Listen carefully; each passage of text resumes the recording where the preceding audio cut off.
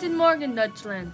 Welcome back to the Vajek Show. I'm your anchor, Heidi Braun. And I am your other anchor, Allison Sheen. Today we have the scoop on a very exciting product developed in 1455 by an innovative man, Johann Gutenberg. This new product designed by Gutenberg involves paper being printed in mass numbers. Our reporters, Amelia and Annie, have more on the scene. Hello everyone, I'm Amelia. And I'm Annie.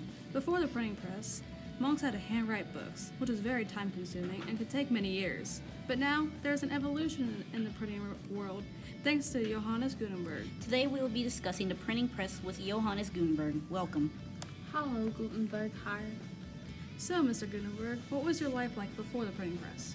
Well, I have recently moved to Strasbourg during the early 1430s. Back in the olden days, I was trained as a stonecutter and goldsmith. As an inventor, I had made new techniques as to how to polish gemstones, producing mirrors for pilgrims, as well as other projects that I'd like to keep under wraps for now.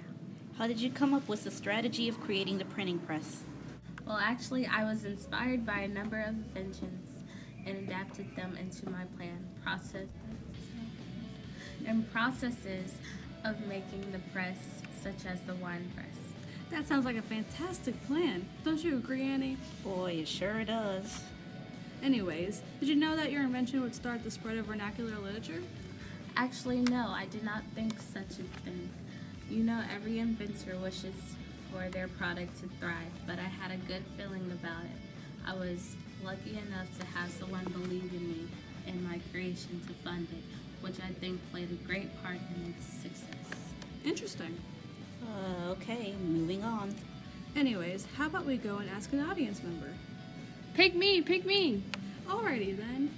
What's your name? Europe. Alright, Europe. What are some ways the invention of the press has impacted your life? Well, before this new invention, I wasn't able to read anything.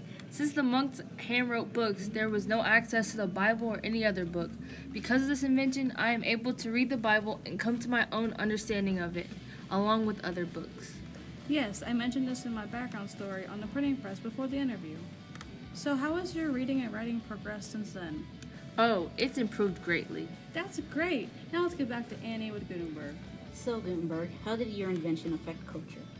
Oh well, now that more people have access to books, including the Bible, everyone had the opportunity to learn how to read and interpret the text how they want. This eventually led into different ideas, including Well, now we're coming to the end of the hour, so let's get back to Allison and Heidi. Thanks, Amelia. All right, I think that was a good way to end the show today. Thank you for joining us today, everyone. Why don't shine, Deutschland?